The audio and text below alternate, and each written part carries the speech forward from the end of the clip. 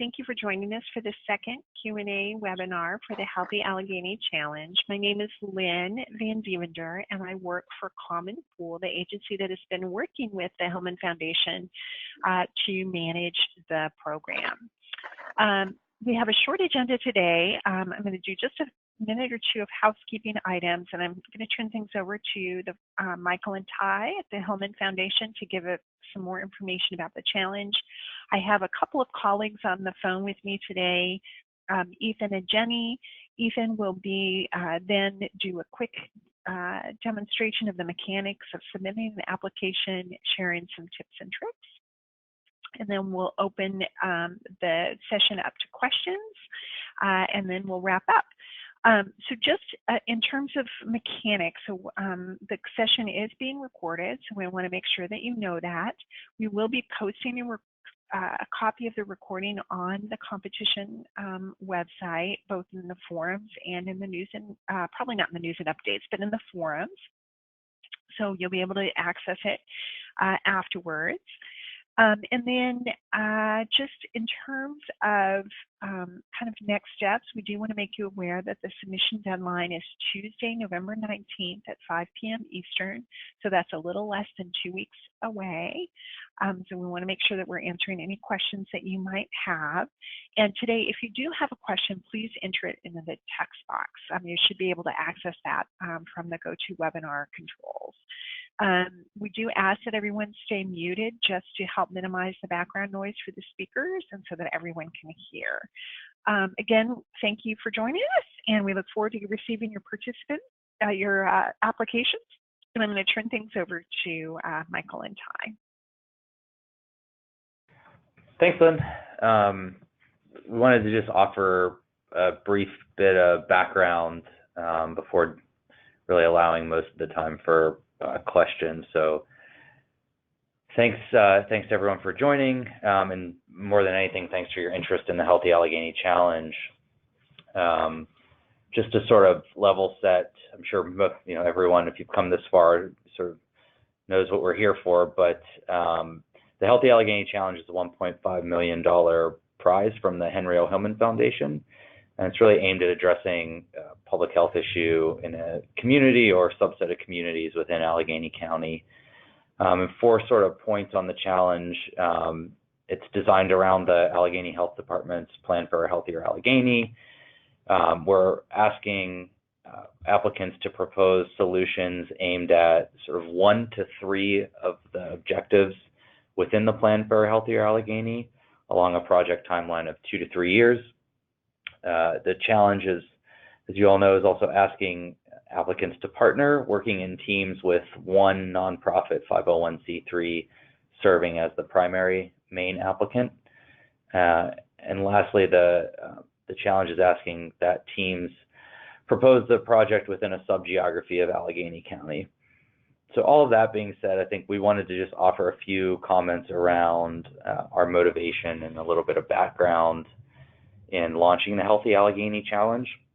I think broadly, we've seen just a general increase in the use of challenges, competitions to solve sort of interesting, complex issues of all shapes and sizes. And a couple examples that folks might know about that we've been interested in include MacArthur's 100 and Change, NASA ran an Earth and Space Air Prize, Chan, Zuckerberg, and Rockefeller ran a Communities Thrive Challenge. So we've seen this as an interesting tool to get at sort of challenging issues that we've been following for a little while.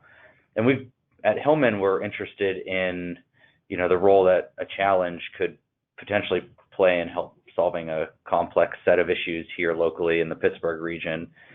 And so we began exploring the idea a few years ago, and after a few conversations, really wanted to design a challenge that helped to increase momentum around an already adopted or existing community plan or strategy. And so before arriving at the Healthy Allegheny Challenge, we considered multiple community plans, but in the end settled on the Plan for a Healthier Allegheny due really in large part to two things. One, really felt that the pressing nature of a lot of the public health challenges in the region were warranted the challenge being designed to address that. And then two, we really felt that the collaborative community input process around the creation of the plan for a healthier Allegheny was solid, and so we felt like the plan had a lot of input, and it felt like a good roadmap to come alongside. We wanted to structure the challenge in such a way that allowed people generally to think about problems in a different way and potentially produce real solutions. And so to that end, there are some specific design elements that I think are worth highlighting. First, we really wanted to incentivize collaboration in the teams of applicants. So recognizing that new ways of thinking about longstanding problems can oftentimes help to come up with interesting solutions. We built this sort of team structure around the challenge. Second, we've already highlighted, but we again wanted to inject a good bit of momentum into an already accepted community plan. Third, we wanted to maximize the impact of the challenge. So this gets to the subgeography piece of the puzzle.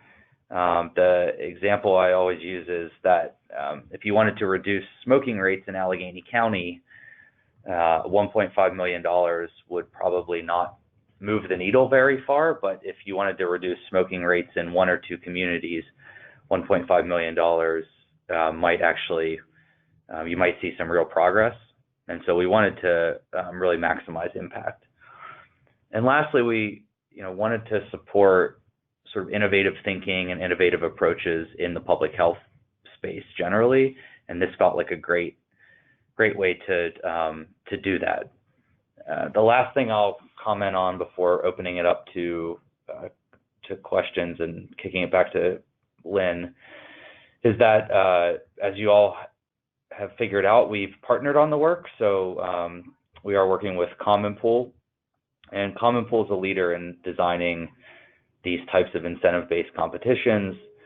And we really felt that their previous experience in running other philanthropic and government challenges was critical, as this was a new effort for us. And more than anything, I think the Common Pool team, their focus on transparency and openness throughout the process, as well as their experience working on these types of initiatives around the world, made them a really good fit for us in launching this challenge. So we're excited to have them as a partner, and that's been I think really helpful in making sure that anyone who's interested has the maximum amount of information before applying. So with that, I'll pause and see, Ty, if you have any additional comments. And if not, I think Lynn will throw it back to you to walk us through the rest of the agenda and do Q&A. Great. Thank you for those kind words, Michael. I'm actually going to turn things over to Ethan, who will share his screen and walk us through the application tips and tricks. Thank you, Lynn. I'm here on our main website, and I'm going to go over and jump into the the dashboard where you'll find your application. This is a test account, so it won't look exactly like what you'll see when you log in, but you'll see how I'm going to go through the final steps here. There's a percentage here that shows you how many percent complete your application is. When your application is done and received completely, it will say received right there instead of not submitted. I can click continue there to get into it, or I can click at the top of the dashboard here.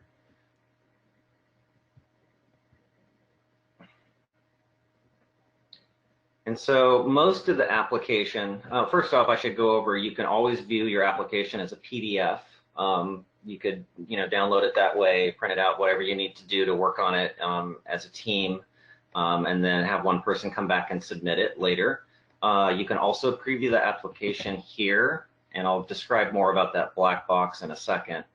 But this is seeing how the application is going to look when judges are looking at it. So it's kind of like the finalized formatting and whatnot. So this box here tells you, I should say that the application is automatically saving as you go through it and do your check boxes and enter comments and answers. And the steps will appear. And right now I'm at 23 of 27 completed. Also gives you when you last saved it, or when it last auto-saved, I should say. So I'm going to go through here. Most of the application is simple, enter your project title into the field and description, quick pitch.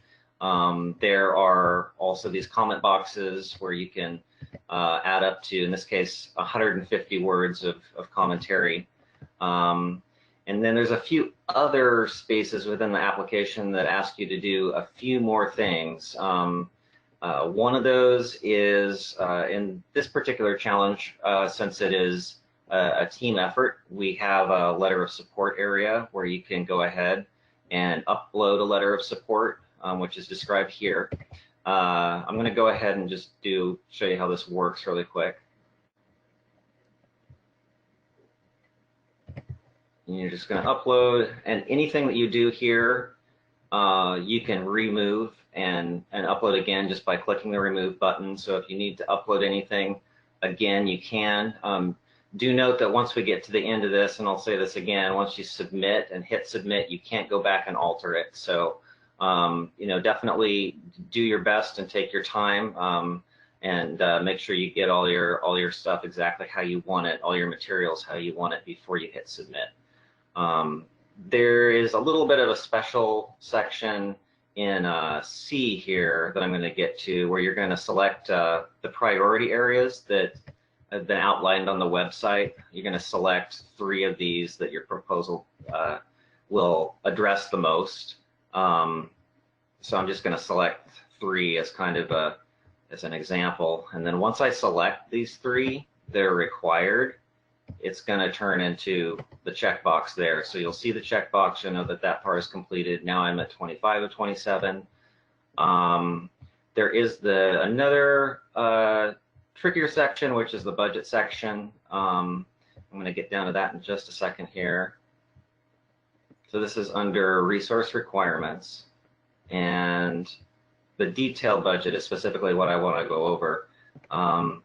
This has to equal 1.5 million at the end of it. This is where you enter your line items and your totals for how much this particular, whatever line item is going to be. In this case, I need to increase it to 300,000 for this particular one to get it to move up to 1.5 million.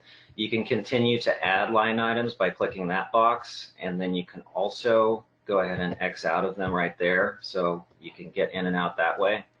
The last thing that I should definitely mention a little bit about is the video pitch. Hold on a second here and I'll get down to that. We do all of our video pitches, or you should do your video pitch through YouTube. You want to make sure that it's a length of no more than 90 seconds. It should be in English. Video must be captioned. So if you need instructions, you can click there to find out about captions and putting them on YouTube. If it doesn't auto do it, it's a very simple thing of creating a text file of what your captions are and uploading them into the system. And your video should not contain identifiable children without parental consent. There's a couple other things that we have listed here that you might find helpful in completing the video. The video definitely doesn't have to be of a high production value in any way. It can be very simple. The point is to get the point of your proposal across. The next thing, well, the final thing really, is actually entering the URL. And usually how this will work is you're just going to take your full YouTube URL. So when you go and hit the share button on YouTube, I'm going to go ahead and in there, and that will actually shorten it. There have some cases where you might just need to enter this part of the URL. So how you do that, the quickest way I think to do that on YouTube is to go here and copy the full URL. It's everything past that dash there. So in this case, we've already got it entered. So I'm going to go ahead and click upload there, and it should populate. And there is also the video that I actually just put in here is the application tutorial, which Jenny will mail out, and some of our other communications. So you'll get a quick recap of everything. So at this point, I'm at 26 of 27. Let me check something here. Okay, I just need to enter something into the quick pitch box here. So now that that is done, I should be able to submit. Like I said, once you go ahead and hit submit, that's the end of it. So you can't go back and alter anything. So make sure that once you have hit submit, you are done and everything. And like I said, even if you don't, and you want to go back out to the dashboard, you can, and it'll show you the % complete. Takes a little second for it to populate. And you can come back in and submit or alter anything anytime you want. With that, I'm going to turn it over to Jenny, and she'll handle the QA. Thank you, guys. Thank you, Ethan, for that great demo. I think we have a couple questions that have come in regarding the demonstration. First question, do all of the 1 to 3 objectives have to be under one priority area? Say we want to focus on an objective from maternal and child health and also an objective from access. Is that allowed? Yeah, that's definitely allowed. They do not have to be from the same priority area. Great, thank you. Next question. In the section related to key staff biographies, it says one must be the lead executive. Is there flexibility on that if the person would not be working on the project? Yeah, I think we would just want to see the bio of the lead person.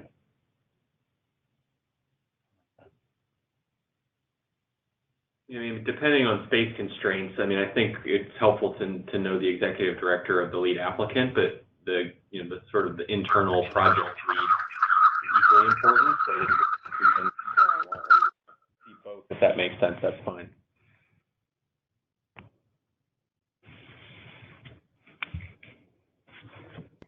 Great. One follow-up to the objective. So I'm just confirming that you're able to select between 1 and 3 objectives. Is that correct? Yes, that's correct. Great. Next question, can we put, I think, indirect costs, question about indirect costs and how much is acceptable? I think that's at the discretion of the applicant. I mean, you can certainly do that, and it can be 5%, it could be 70%. You just sort of, I mean, the budget is part of what's evaluated in terms of the strength of the application. So I think, putting in what you need to carry it out, but being reasonable is probably the way to go. Great, thank you. Any other questions? Go ahead and enter them now. We'll give you guys a couple moments to go ahead and get them typed into the chat box. And this is Lynn, and again, this is just a reminder of that submission deadline. So all applications must be submitted no later than Tuesday, November 19th at 5 p.m. Eastern. Please do not wait until the last minute to begin entering your application. That is a hard deadline, and the system will shut off and allow you to no longer enter after that time. So please enter early, and please confirm that your application is 100% complete and submitted on the dashboard.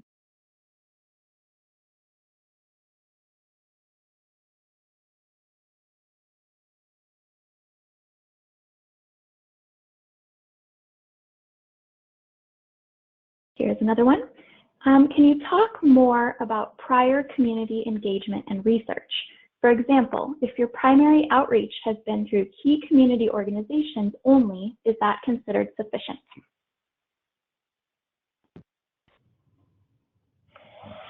I think that would be sufficient. I think the goal is to demonstrate that there's real sort of partnerships there. Yeah, and also just genuine community input. So I think the avenue for it, whether that's through key community organizations or other avenues, is totally acceptable or sufficient. Great, thank you.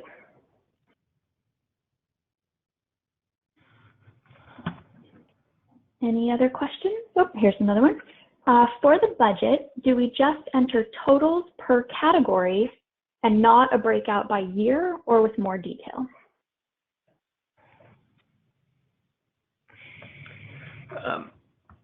I think by year would be helpful. So basically, as explained on the site, this may be paid out over a 2-year period or a 3-year period. And so it's pretty important for us to get a sense of whether you're proposing a 2-year project or a 3-year project. And then, I'd imagine line items will fluctuate in each of the years, whether 2 or 3, in terms of how much in each line item. So I think a degree of specificity around annual budgets within that time period would be helpful. Thank you. Next question, will there be other opportunities to ask questions outside of this webinar? Yes, if you have additional questions that are not answered during this Q&A webinar today, please send them to us at questions@healthyalleghenychallenge.org, and we'll work with the Hillman Foundation to get you an answer. Thank you, Lynn. Next question, could you please give more detail on the technical approach question? What kind of information are you looking for if we are a non-scientific project?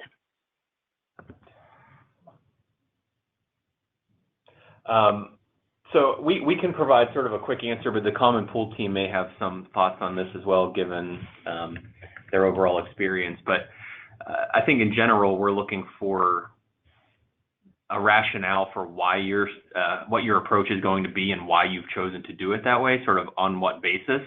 And it doesn't need to be a scientific basis or sort of that kind of rigorous level, but I think we're trying to get a sense of technically, how you're going to go about the work and why you've chosen to go about it that way. That's Lynn, right. is that aligned with... Yep, that's exactly right. And then really, this is also your opportunity to include any research citations that you want to include as well. So again, it doesn't have to be, scientific necessarily in nature, but it could be also medical engineering or social process. So we're just expecting that, this aligns with some sort of methodology, and we're just asking you to explain it that way in that location. Wonderful, thank you. Next question, to what degree does the project proposal need to be ready to hit the ground running? For example, can year 1 have aspects that involve baseline data collection and additional planning year or half year? Yeah, so I think the example would be fine as laid out. I think there's an understanding that if the project proposal takes a little bit of a sort of ramp to get up to full implementation, I think that's fine.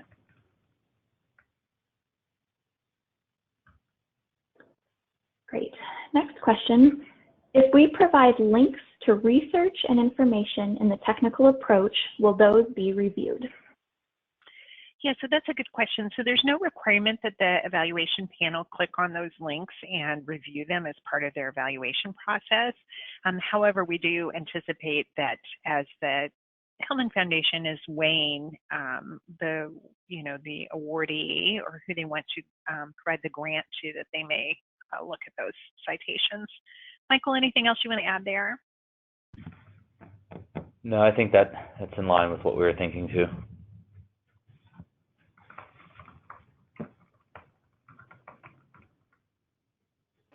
Great. Any other questions? Go ahead and enter them in the chat box now.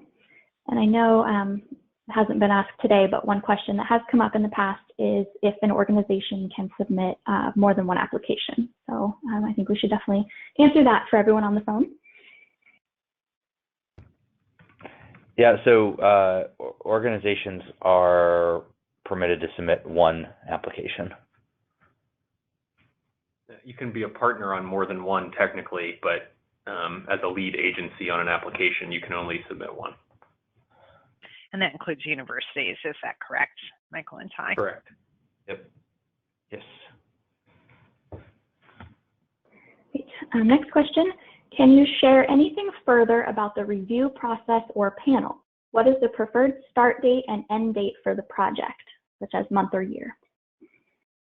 So I can answer the first question about the review process or panel. So Ethan, if you could actually go to the Meet the Judges page on the website there. So we've published everything there is to know about the evaluation process on the website. So you can meet the judges and look at their bios, and it explains the evaluation process. Each valid, so the next step after the submission deadline is the administrative review process. So each application will be reviewed by staff, internal staff, to ensure compliance with the rules and eligibility requirements. Once that has happened, the applications will be randomly distributed to members of the evaluation panel, and each application will receive 5 sets of scores and comments that will be shared with you at a future date. Those scores are normalized in order to address the sometime disparity between judges who are hard scores and judges who are easier scores. And we explain that normalization routine on the website as well under a page called the Level Playing Field. And of course, as you're writing your application, you'll want to pay special attention to the 4 traits in the scoring rubric. And Ethan, if you wouldn't mind just pulling that up as well.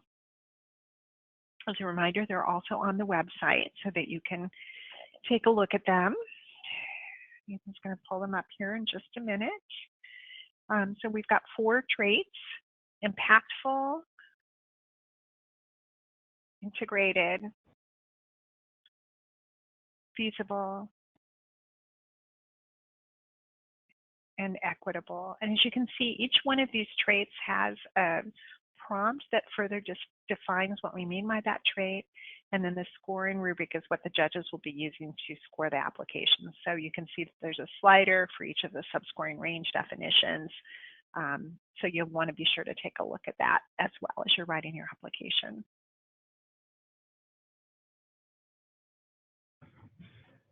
Yeah, and on this second part of the question, we're looking to select a winner in February of 2020. So I don't think there's a hard start date, but sort of Q2, Q3 2020, early 2020 would be ideal.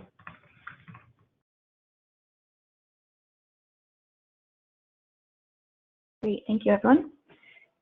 Any other questions? We still have a bit of time. We can get through any other questions anyone has. Go ahead and enter them in the chat box now.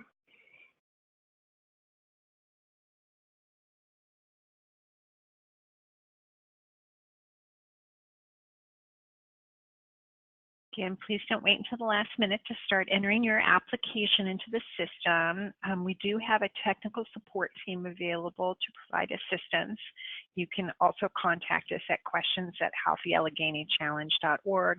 But obviously, if you're having difficulty and it's 30 minutes before the deadline, that will be more challenging for us to provide support for you. And we want to make sure that you've got all the support you need in order to get your application completed.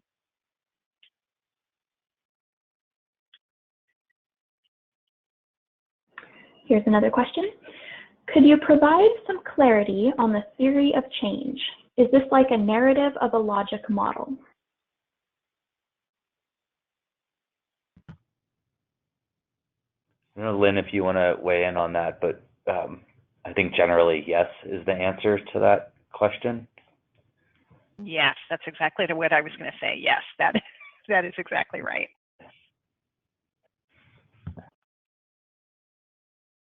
And there's also a link on, sorry, Jenny, there's also a link on the application on the front-facing part of the website with a document called a practical guide for creating a theory of change. So that should be helpful as well. Great, thank you, Lynn. Another question on the budget, we may have covered this already, but if we provide a budget, will it be paid out over 2 years?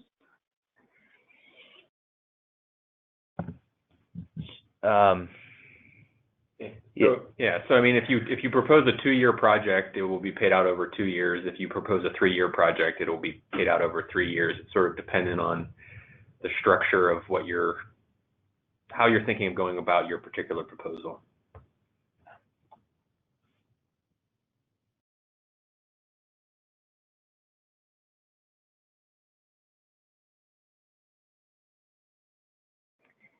Any other questions? You can go ahead and enter them in the chat box.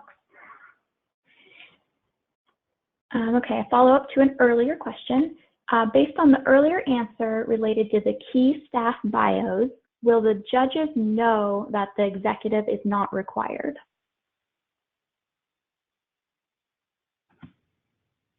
Yes. Yeah.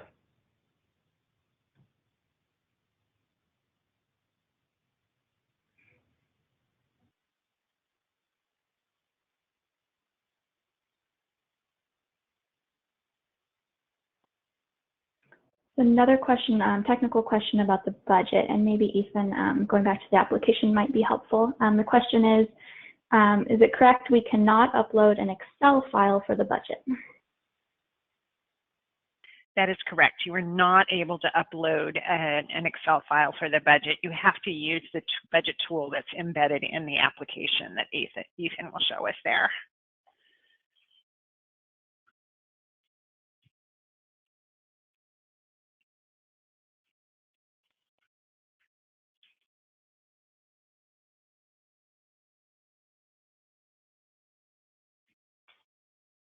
Ethan, maybe you can show how you can add a line item just so people understand they can format this how they need to.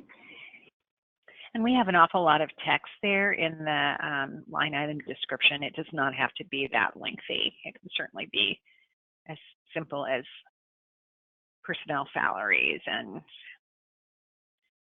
whatever other tools might, or other line items might need to be.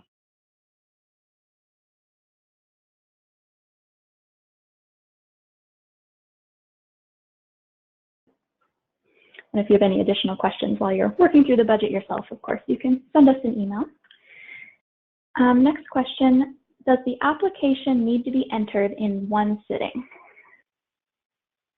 It does not. The system auto saves, and you can see there on the right hand, Ethan, maybe you can just kind of point it out. It tells you when your application was last saved.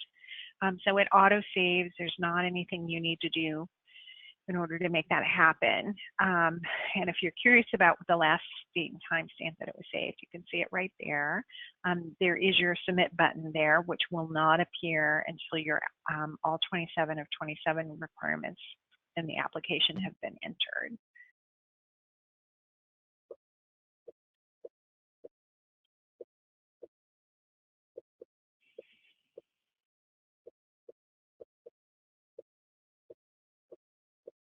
All right, I think we've gotten through most of the questions. There's no need for us to, for all of us to stay on the line unless there are additional questions that would like to be asked.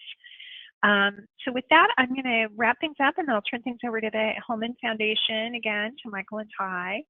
But first of all, I want to just say we're super excited to receive your applications.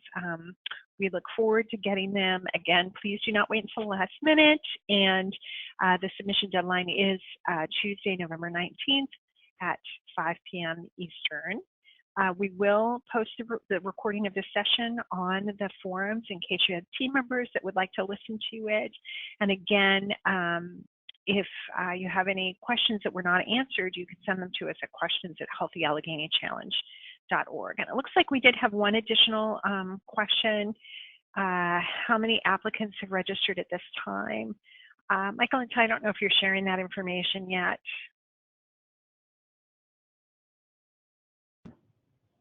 Yeah, we are not.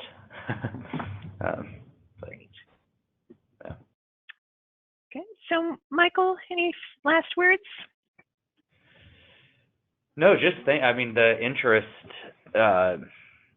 in the challenge has been great so far, and the participation on the webinars, and I think questions have all been really good. So again, just thank you for everyone taking the time, and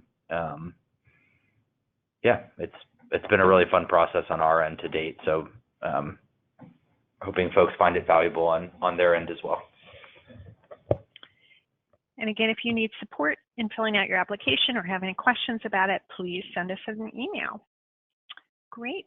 Okay, thank you so much, Jenny and Ethan on our team, and Michael and Ty at Hillman. And thanks to all of you for participating.